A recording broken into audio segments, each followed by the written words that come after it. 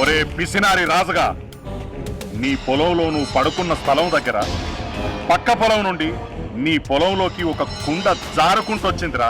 అందులో నిధి నిక్షేపాలు, మనులు, మాణిక్యాలు ఎన్నో ఉన్నాయిరా.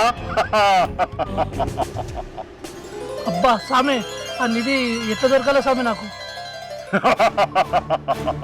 ఆ నిధి తీయాలంటే నీలాంటి మానవ మాతృలతోటి కాదురా, నాలాంటి సిద్ధ పురుషులతో అవుతుంది.